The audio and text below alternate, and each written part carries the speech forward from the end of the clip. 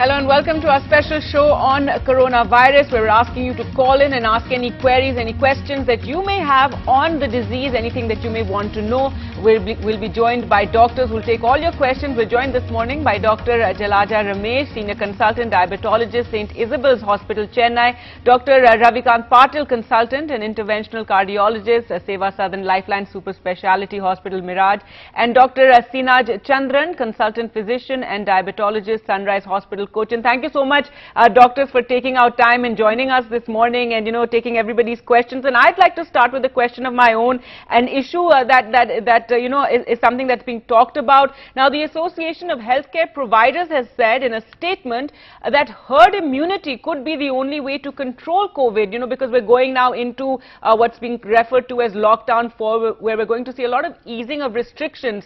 Now, the association has said that the vaccine, an effective drug, may take time, and herd immunity is the only answer to COVID. So I'd really like to know what is it that you feel on this particular issue, because this is a controversial issue. 80% of the population then would have had to develop immunity to coronavirus. If we could start with you, Dr. Ramesh. Yeah, it's true. Herd immunity means in particular about 80 to 90% of the population become immune to an infectious disease called herd immunity. But what happens is in the coronavirus, though the fatality rate is about 3.5%, if a herd immunity is not the only answer, a vaccine should be the better one, because what will happen, the high risk population can go into a lot of complications. It can lead into deadly complications also. So vaccine should be better instead of herd immunity for this coronavirus. Right. In their statement, they also obviously go on to say that how we must protect, the vulnerable, and that we can't stay under lockdown forever while we're awaiting this vaccine. Dr. Patil, and this is something as we all the doctors have been saying, those who are especially vulnerable, which is people with heart problems, with diabetes, they're the ones who need to be very careful. So what would you say on this recommendation? Basically, herd immunity develops only when the people go outside and then they have some contact with the viruses and they develop their own immunity. In some of the countries, the people who are the age of less than 10 and more than 75 are told to stay at home, and remaining young people or young population told to move around. So can they develop a herd immunity that will affect the better control over the virus as its own individual control? That's what I say.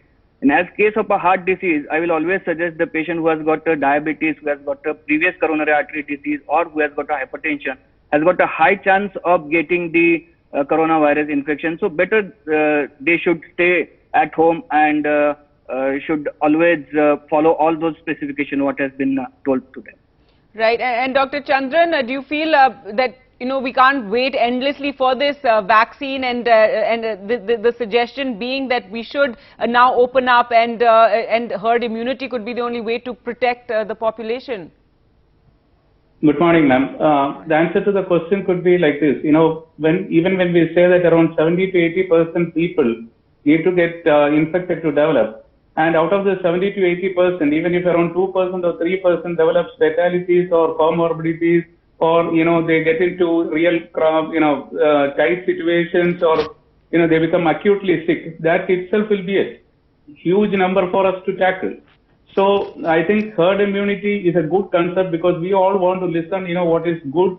So I think it's a wishful thinking, it's a good concept, but practically in a huge country like India, even when so many people get infected, out of that itself there is around at least 5 to 10% of people who can get into very bad outcomes. So we need to, open up this country. Yes, the economy is in trouble. The Prime Minister is on the correct direction to doing so. But, we also need to be quite careful on how we should open and how the pace we need to decide on what to be open first and what to do the last. All right. The suggestion was also that it should be left a lot to chief ministers, and how certain areas should, we need to reduce the area of the containment zones, really make them more specific so that economic activity can begin in other areas. Well, we have our first caller. We have Irshad Ahmed calling from Patna. Go ahead with your question. What is your opinion, doctor, about the observation of World Health Organization that coronavirus causes COVID-19 could become endemic like HIV? It will never go. All right, so that was the statement yesterday by the WHO saying that we may have coronavirus, around forever. Dr. Ramesh? It's true to some extent because generally this RNAs like R virus, if you take herpes virus or if you take HIV virus, they always remain for a longer period of time. Like that, the corona also got chances to remain for a longer period of time. You have to wait and watch only. All right, but how are we as a public, supposed to deal with this information? Dr. Patil, it's something that I suppose is very frightening to hear that this is going to be around forever. But at the same time, like with H1N1, we also have viral coming back every other year. We do have a vaccine for it as well, though there is a mutation also being talked about. Yeah, I think there is nothing to frighten in this statement because there are all the viruses, most of the viruses are stayed back in this country. Like we had SARS, we had swine flu, we had so many other viruses which are there. This is a part of their process. The only thing is fatality rate is very less, will become very less as the things go ahead. And corona, the only important thing is it spreads very fast. That is the only thing that worries us. But once we develop a good kind of immunity, we have a different vaccine with us. And then there are some few cases will going to come up every year again and again, but then we can tackle with our own healthcare facilities at that time. That's how I feel. So nothing to get worried about. Nothing to get very worried about. We have another caller, Sumed from Delhi. Go ahead with your question. Hello? Yes, go ahead. See, I want to ask the doctor, that every case that seems to be coming with the symptoms of coronavirus is being classified as a corona case. What kind of this thing is this? This is a total fraud on the people. Everyone you make a corona patient you don't have all the testing facilities and you make everybody a corona patient. How is that possible? No, sir, but how is everybody being made a corona patient? We do have to have them tested, and that's when that they're categorized as a coronavirus patient. Hello. All right, well, I'll go across to Dr. Chandran for that. A very agitated person there, asking how is everybody being called a corona patient, even those who are suffering from a cough, cold. No, now the thing is that whenever somebody comes to the hospital with symptoms which can resemble the disease, it is up to the doctors or healthcare providers to look into it, okay? So it is not like that when we have a huge country, when we have limited testing facilities, when we have such a huge crowd. So it is not very simple that you can tell you that you are just having a common cold, go home. It is just that anyone having symptoms needs to be evaluated. Unless otherwise proved in any part of the world right now, a person who has symptoms needs to be considered as positive. So there is nothing wrong in doctors looking at with a suspicious eye or ear, because it is important for us to know whether the person who is sitting in front of us really has this problem. So we may go ahead and, look at various tests or clinical scenarios and have a detailed examination. So may ask you to be on quarantine for a few days. It all depends from person to person. So I don't think there is anything wrong in doing that. It is just not that everyone comes in are basically branded as corona and being treated. It is just that we need to have a suspicious eye in this matter. Right, and that's the reason perhaps we didn't take enough precautions earlier, and a lot of normal patients who were just there for cough and cold turned out to be corona patients, and then we had situations where doctors and nurses have also been infected. We have another caller from Hyderabad, Dr. Ramana Rao. Go ahead with your question. Good morning to all of you. Morning. My question is regarding one of my cousin and cousin brother is having TB and one is on dialysis. We are residing in red zone. What are the precautions we have to take regarding TB and dialysis patient? All right, Dr. Ramesh? He has to continue with the tuberculosis treatment, and he has to give a high protein diet, and we have to monitor his liver enzyme. And regarding dialysis, you have to continue dialysis because you have to keep the urea creatinine under control.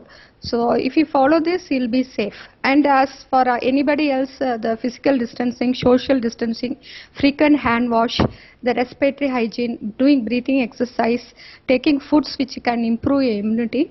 If you follow this, you'll be all right. All right, we have another caller from Chennai. Ashwin, go ahead with your question. Good morning. Like every other layman in this country, I've been talking from one channel, calling up one channel to another, talking about, asking about plasma therapy to herd immunity, even in the beginning to asymptomatic patients. Now, because the herd immunity, I want a very, very specific question because I'm calling from Chennai, and about a week back, the government, the Chennai, whole of Chennai is a red zone. And the government said 98% of Chennai are asymptomatic. Okay. Now, the question which I want to be with respect to herd immunity is very specific. One, if there are a super spreader or silent spreader asymptomatic patients, if 98% of the population is basically asymptomatic, which means is it right to make experiment the herd immunity because technically all of us are already affected or infected with, and two, more importantly, do we have, if people who have been asymptomatic, do they have, obviously there has to be some kind of an antibody, that's why people are asymptomatic, right? Do people who are asymptomatic have a higher chance of being immune than those who are not? That's the question. All right. First, Dr. Ramesh, if you could take that question. Yeah, I'd like to answer for the first question, second question. Yes, asymptomatic means they may not have symptom, but corona has got a long incubation period. They may become symptomatic in the later part, say within a 7th day or 14th day or even 28th day also. But asymptomatic people also can spread the infections. To some extent, yes, because the body develop immunity also, they are asymptomatic. And second is herd immunity concept is which already doctors we already discussed. Herd immunity is really a good positive thought, but thing is that in our country, like which is a thickly populated, 1.3 billion people, of that 3% of the people become infected also, it will become lot of casualties and medical stress on the medical faculties. Right. So herd immunity has to be implemented. We cannot be in a lockdown for a longer period of time. Slowly, as in other countries where younger generation are slowly introduced, like that you have to go. It will settle in due course. Right, Dr. Ramesh, since you belong to Chennai, I thought you should take that question. But Dr. Chandran, you could also come in here. What is your view on this? See, ma'am, the thing is, like, there are a lot of asymptomatic carriers. That is, if we see a person who has got absolutely no symptoms, and if we test that particular gentleman or lady, could still be positive for the virus. So it is not that everyone who is basically having no symptoms are not having exposure to the virus. So we don't have means for mass testing. It is a huge thing, to screen entire Bombay or entire Chennai. It may not be possible for us to do it, to have a mass screening. It may come later, but at the moment we do not have that. So at the moment what we need to do is, we just need to stay indoors, keep physical distancing, start slowly opening up the economic things. And I think if you look at the history, all endemics in this of mankind have ended up either in people living with the problem or development of a vaccine. So I think we just need to work out on the vaccine part, which is very challenging, and it may still take months or probably years to come. And the infectivity rate is going to come down slowly. And we are slowly going to develop some amount of immunity. I may not be able to predict and how that is going to come because the antigenicity of this virus itself is not fully understood. So we just need to take precautions. And regarding the gentleman's question, whether 98% having asymptomatic, does that, puts you in a comfortable zone? My answer would be definitely no.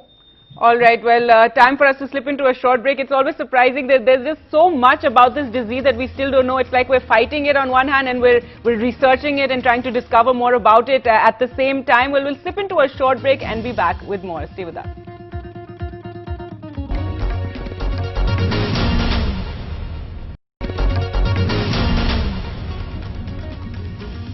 Welcome back to our special show. We're taking all your questions on coronavirus and our doctors are answering them for you. We have a caller from Delhi. Anita, go ahead with your question.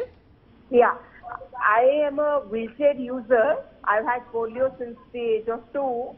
So when doctors say that, keep the shoes out and all that, so now how can I keep the wheelchair out? The wheelchair will come inside, right? And also, I think when you, I mean, as a polio person, I had a mitral valve, which means I'm on anticoagulant. So how is it going to make a difference? And of course, for the disabled people, special needs are there, you know, of accessibility and all. So I just want to know about the from the doctors as to what advice can be given. All right, so very challenging situation in terms of when we talk about you know, maintaining certain norms for coronavirus. Dr. Patil, what would you say? There are two issues here. One, that she has a mitral valve replacement and she is on anticoagulation. So these are the high-risk cases which has got a higher chance of transmission and the risk for the coronavirus. So as far as possible, the social distancing is the most important thing that I will recommend for her. So this is what she can do best. Try to avoid any contacts which are coming inside. That is the most thing important. Because, and the second thing is anticoagulation she is taking. So this drugs actually does not interfere with any of your disease process. Any means it doesn't have any effect on a corona. Corona doesn't have any effect on these viruses, so there is no higher chances because of you are taking the drug.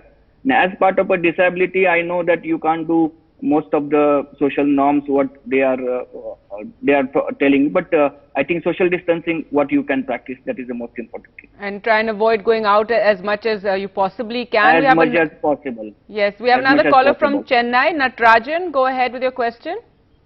Good morning, doctors. See, we all know that Chennai is a hub for hospitals. See, now many doctors are wondering, none of the cases they are receiving, either it is gynecology or ortho or neurology, they are wondering where are my cases. Actually, even the cesarean cases are being converted into normal cases. Now everybody is worried. Actually, what is going on, doctor? Can you please explain? All right, Dr. Ramesh, again, since you're from Chennai, if you could take that question. Sir, it's not like that, sir. The cesarean cannot be converted into normal. See, generally, whatever the obstetric complications or obstetric problem, we decide the delivery about it. And majority of the cases we are able to manage in the teleconsultation, except cesarean and emergency surgeries, we are just carried out. All the gynec obstetric issues have been handled. I work in a corporate hospital where we conduct deliveries, and it's not that normal deliveries, cesareans are converted into normal delivery. We are attending, sir. Majority of things we are attending by teleconference or telecommunications or teleconsultations. All right, so in Chennai, clearly a lot of people are worried. And Dr. Chandran, of course, Kerala has been a big success story. If you talk about the way that they've managed to, you know, control the spread of the virus, if you could also talk a bit about what is it like now? Yeah, we have been doing extremely well, and I think we probably had the lowest mortality rate in the entire world. But you know, once the experts have started coming back, I think for the last 48 hours we have had a small spike in cases. It's still manageable, but I think, you know, we are just continuing to be vigilant out here, and the contact tracing and you know, the success in Kerala is that the people are involved in the whole movement. Whether it is the primary care worker, the doctors, the nurses, even the local administration, even the panchayat, all these people are working in tandem for contact tracing, to support people.